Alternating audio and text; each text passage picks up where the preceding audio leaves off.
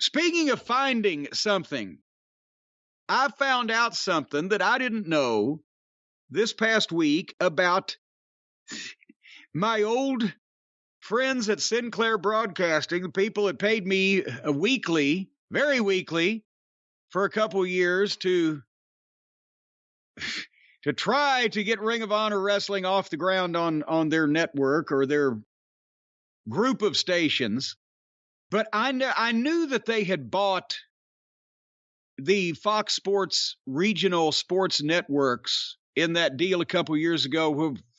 Disney was selling some things off, right? And Fox owned, I think they said 19 regional sports networks. And for the people internationally, not in this country, I know television is different, especially in the UK, but the United States is so big geographically that they have regional networks that telecast a variety of the regional sports teams, whether it be college or pro or whatever, to the people that are going to be most interested in them in that area. Have I articulated that fairly well, Brian? I think so. Okay, so they got 19 of them. And what I didn't know was what they paid for them. They paid, according to this business article that's going out, we're going to talk about streaming in general and sports networks and rights fees in general. Sinclair bought these 19 regional sports networks for $10 billion. It just, what was it, 3 years ago, right before the pandemic. And, okay, when we first started, I first started interacting with Sinclair was when the Ring of Honor purchase was being discussed and et cetera. It was what, 2010, late, I believe. And at the time, Sinclair Broadcast Group, they owned, I was at 50-something, almost 60 local broadcast television stations around the country. They had a regional sports network up in the Maryland area. A variety of things. It was a multi-billion-dollar company, but I think I remember hearing numbers we're talking about maybe the same valuation that the WWE has now, like a $5 or $6 billion company, all things considered. And as those negotiations for Ring of Honor went on, they went on a little buying spree of television stations, and these were not major market New York, Los Angeles, Chicago. They had a lot of secondary market stations, but still, they picked up another 15. I think we ended up going on the air with like 75 stations. But still, that's why, again, that's why I scoff when people still think that Tony Khan paid $40 million for Ring of Honor, here last year or whatever. That's why I said if that had happened, there would be a statue of Joe Koff erected in the fucking lobby of the headquarters of Sinclair Broadcasting. But back then, they were noted for having a lot of debt. I think they had over $1 billion in debt. That's, when I first heard that's one of the things that worried me. I'm like, oh, shit. When we saw they weren't going to spend a lot of money at first.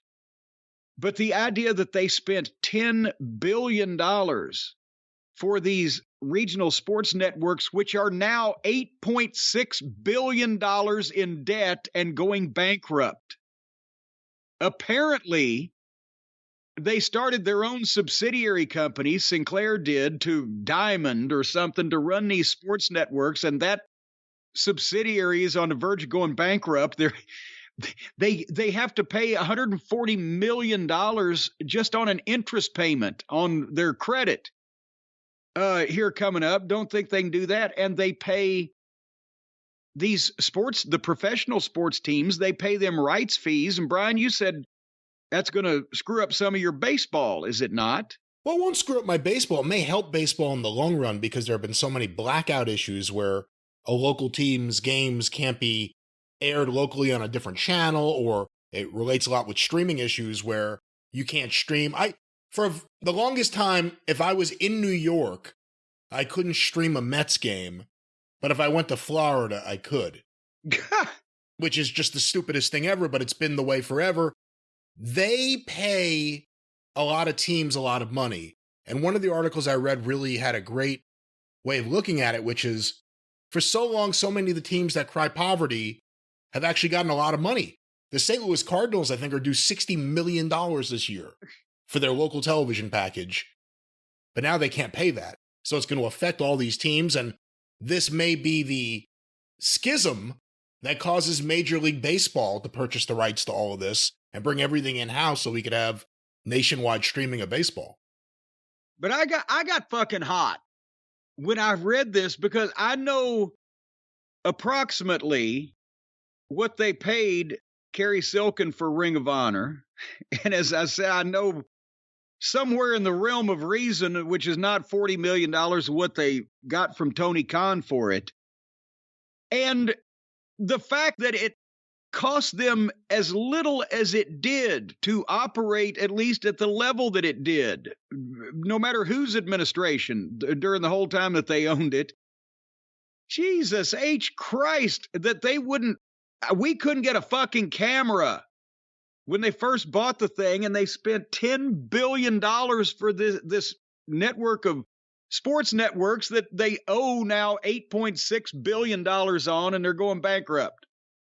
I wonder if those motherfuckers said, maybe we ought to just give them $3 million more to Ring of Honor in 2012 and see what the fuck would have happened. We could have got something back. And that's the thing. Obviously, they were doing something for Joe Koff that he believed in, and they didn't make a great financial commitment until it was too late, right as they were doing that and going, into that mode. The pandemic, brought an end to everything. But goddamn, to spend $10 billion on something that oh my God. But all the streaming services, and this is something else that affects, as we've been talking about, the WWE sale.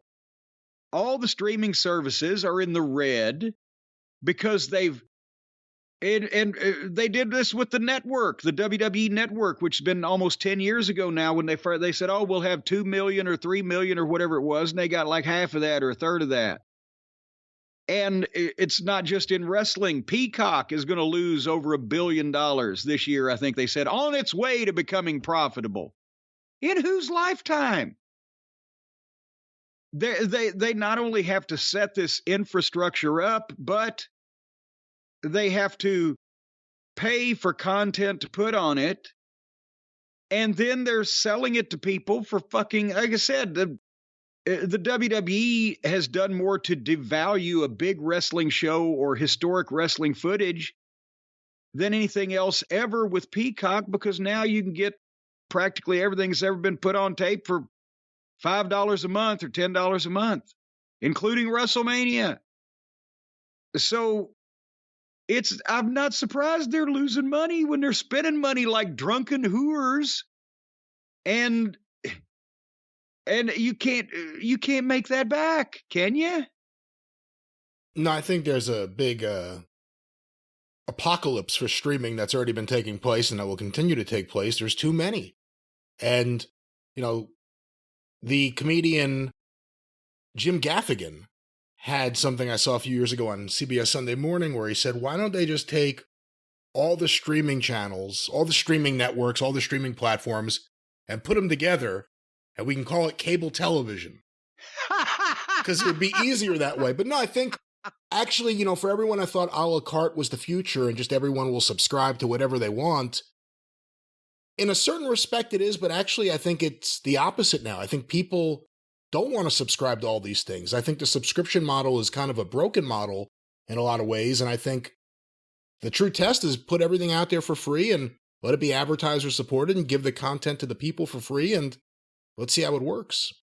Well, at some point also, even if you're interested in something with so many different things, streaming services or ways to see something, how hard do you have to work to find something to watch that you want to watch, or that you might want to watch if you knew it was on? Or, yeah, you'd like to watch that, but goddamn, the kids are out of school this week. I don't have time to fucking chase this down. Or you don't want to subscribe to something that's going to be an automatic renewal on an ongoing basis just to watch one thing one time, and then you'll have to fucking go back and cancel it or what. It's just, you used to be able to turn the goddamn television on, change the channels, however many there were, whether it be broadcast or then later cable, still you change your channels, and you either had a TV guide in your hand or there's a guide on the screen that can help you figure it out, and it wasn't that fucking difficult. And now you got shit coming at you from everywhere. And, you know, Dan's Discount Upholstery and fucking Regional Sports Network is streaming you the best of, you know, lesbian cribbage. I don't, you know. The problem is, like, there's all these streaming networks and, like, Paramount Plus, let's say. I think so far they've had 2 original programs that I've been interested in. One of them I loved. One of them I haven't watched yet. That's 2 that I know of that I'm interested in. Really don't give a shit about everything else on there because I have access to it in other places. Netflix, I'm sure there's more. But for every streaming service, there's probably a couple things people want to see. The question is, do they actually want to pay anywhere between $5 and $12 a month to see one show once? Well, and you know, we've got, Stace has the streaming hooked up to the TV in the bedroom, as well as our cable TV. But our cable TV also has on-demand services, right? If you just hit on-demand, there's 6 or 7 subcategories. Do you want networks? Do you want premiums? Do you want what? If you hit the networks, then it gives you every cable network or television network or history channel or fucking military warfare channel, or I mean, just everything. And you have to hit that, and then there's subcategories. It will take you longer if you just start from scratch. Boy, I'd like to find something to watch on TV to go through all these things than it would to actually watch the fucking movie or the program. Who wants to go to that much effort? I'll tell you another thing. This is why I still buy DVDs or Blu-rays of the things I really care about. I have a box set, for instance, of The Fugitive. The Fugitive's on MeTV 2 a.m. Sunday night. Yes. Can't buy it on any like Apple streaming service. I say buy. Can't buy it or rent it on any Apple service, or it's not available, I don't believe, on Netflix or anything else. So I have it here. So if it ever goes away, I make sure I can watch it again. WWE, from what I understand, just pulled down a bunch of indie content. May not matter to you and me, but it's content that someone cared about, someone thought would always be there, and now it's gone. That's what I always worry about with these streaming services. The vintage stuff also that they were putting on the network, all that didn't migrate over. And plus, as we've talked about, the WWE, the libraries they've bought, has multiple times more old territory footage that you haven't seen that's in the vault than they've ever put out anywhere to begin with. So again, that's why us collectors and our VHSs and betas and DVDs and whatever, I've got more classic wrestling content in the vault on tape than you can find on the WWE network and or any of the other streaming services put together, because I got it at the time. But, you know, some of that stuff it won't necessarily be lost. It'll be in the WWE archive. You'll have to get a job there to ever see it. And then if you see it, they may change the music, they may change the audio, they may change the commentary, they may edit things out. The other day we did the watch along, and this was interesting because originally we were hoping that people would have the option of watching on Peacock or YouTube. You don't even know this. Had to make some edits right before we went to air. It turns out that shortly after Hulk Hogan enters the Royal Rumble, there are a series of edits on YouTube of Hulk Hogan choking his opponent, of Roddy Piper putting, I believe, a shirt around an opponent's throat. So they shave off a few seconds here, and that screwed up the sync. So we made it so that it's only in sync with Peacock, which is what you were watching, because otherwise it wouldn't have worked. But there's an example of something that happened, took place, historical event, 92 Royal Rumble. They've made several changes in the most widely free available version of the show. Oh, and I saw HBO Max just pulled down a bunch of Looney Tunes, like classic Looney Tunes from, I forget what it was. It wasn't the first batch, but like the second, great run of the show. The second great run of the cartoons, they pulled them all down. So what? They didn't see, I guess, an audience that justified the expense of keeping it up. And that's what you have to worry about with these streaming services. They decide what's there, when it's there, and when they're going to pull it. Them or their partner decide that. So if you're someone, again, I got the Mr. Ed box set, I got the Fugitive box set, I bought a few recently. Just want to make sure I always have access to these shows because you can't trust any of these services. We don't even know if any of these services are going to be here in a few years. I have the 6 VHS greatest Looney Tunes hits set, but I don't have anything on DVD yet. What do you have? You have a VHS, you said? Yeah. It's the beautiful sleeves and boxes and everything. It's six tapes on the Looney Tunes set. You got Bugs, you got Daffy, you got, various subgenres. Hey, if I could ask you a question that's kind of related to all this, but what do you think?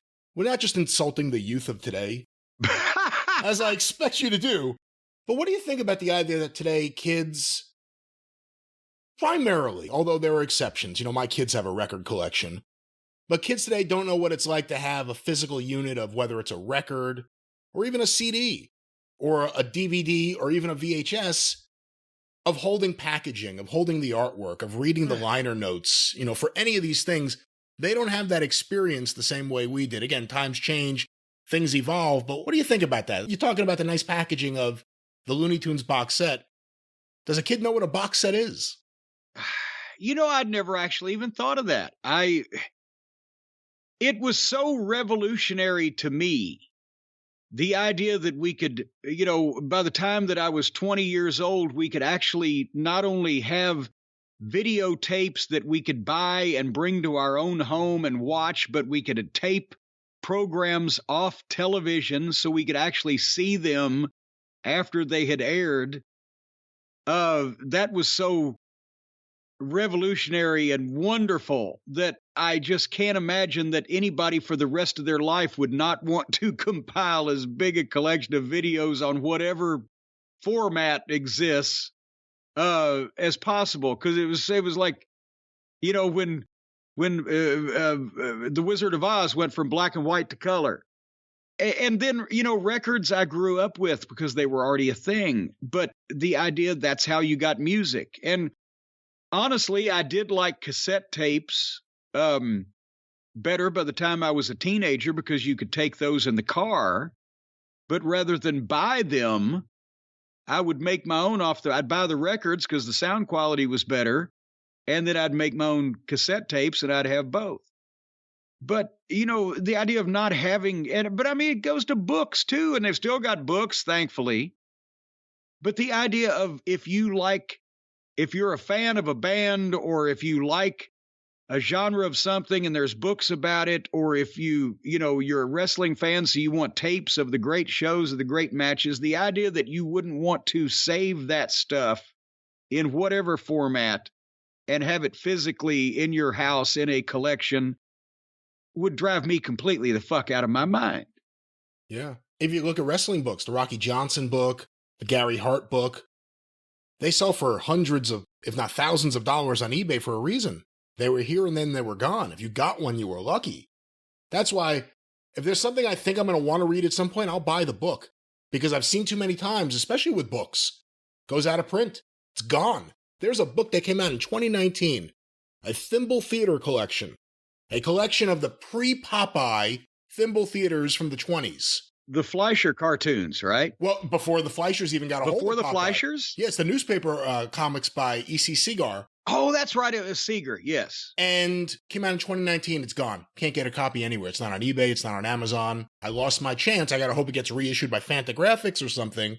So whenever I see a book I know I'm going to want at some point, I just jump on it right away because I know it'll go away. It happens. Well, you can't trust these big corporations. We've said that many times. And I'll tell you, again, it's nerve-wracking. The thought that your favorite stuff that you thought you could watch anytime you want will disappear. Or the thought that, let's say, for example, if you're listening to us out there and you're the CEO of one of these major multi-billion-dollar streaming services and you're thinking, well, we're going to go bankrupt this week. I'm going to lose $947 million. Well, shit, that can give you the Sunday scaries. You see what I did there, Brian? I see what you did, and I agree with you. That could give you the Sunday. It should. It can make you nervous. You'll be shaking like a dog shitting peach seeds, folks. On Sunday, if you got to go to work on Monday knowing you're going to lose nearly $1 billion, or if your entire life's entertainment is going to be wiped off and you're never going to be able to see it again, all those things can make you nervous, can make you shaky, can make you anxious, can make you ridden with fear and trepidation is what I'm trying to say. And that's why you need the Sunday Scaries CBD gummies, because they were made to defeat the crap that life throws at us. They're the perfect CBD gummies for professional people that are stressed over work, or the super moms that have 18 kids and are trying to breastfeed them all at the same time. Or if you're in school and you're sweating it because you know you're a complete imbecile and you're going to fucking flunk all your courses, just take some CBD. Or if you're a regretful drunk sexter. If you're a student above age, for the record. Yeah, well, yeah, that's why I say you're in college, right? You got these big tests going on. They don't browbeat the grade schoolers, for heaven's sake. Well, some of them Depends do. where you go. Yeah. Depends on where you go. Anyway, I still like the regretful drunk sexters. Apparently, that can make you scared or anxious or nervous. I think if you're drunk, you should have free reign to say whatever you want.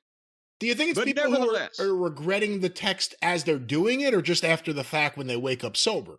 Well, I don't think they're regretting it because regret, by the definition of that, is something you feel bad about something you have done, not something that you are doing. You can't regret that yet. You haven't done it yet. See? Don't you see? Well, imagine Woody Allen texting. Like the instant regret with every word. Oh, I shouldn't have put this. Oh, I could see it happening. I can see Woody Allen regretting things that he did. But never, let's not say you don't relax well. Let's move on there. Let's say you don't relax well. It's hard to shut your brain off. Or like Brian, it's hard to start it up. Are you overthinking? Are you stressing yourself out? Folks, the Sunday Scaries are deliciously cute, vitamin-boosted CBD gummies that chill you out. They help you sleep. No more staring at the ceiling and worrying about things that are to come. So, just right now, if you want to live scare-free, calm your racing mind, chill out, whatever, take 2 CBD gummies every day to keep the scaries away, and we will save you 25% on that proposition when you visit Sunday, as in the day of the week, Sunday Scaries, SCARIES, SundayScaries.com. Use the promo code JCE for your discount of 25%. Promo code JCE, 25% off the gummies and all the variety of goodness at SundayScaries.com. You'll be so calm, you'll be positively comatose. No, you will be awake and calm with Sunday Scaries. Well, you won't be awake if you're asleep. But you'll be calm and not comatose. Let me stress that. No, I'm Sunday just, Scaries. I'm exaggerating. You can flatline and still. No, you will not flatline. Recognition of what's going on. Your brain will still work, folks. It's just your body. Nothing will move. Again, all these things could technically happen to all of us, but not because of Sunday Scaries, which are delicious and can help you with your Sunday Scaries. Yes. So you're just saying at any time, you can just open your eyes and not be able to move any part of your body. So we got that to look forward to. Well, it could happen. Doesn't mean it will happen. Well, thinking about that potentially happening in the future is a great reason to take some of this unicorn jerky from Sunday Scaries. That's right. Get it over with now. Sunday Scaries.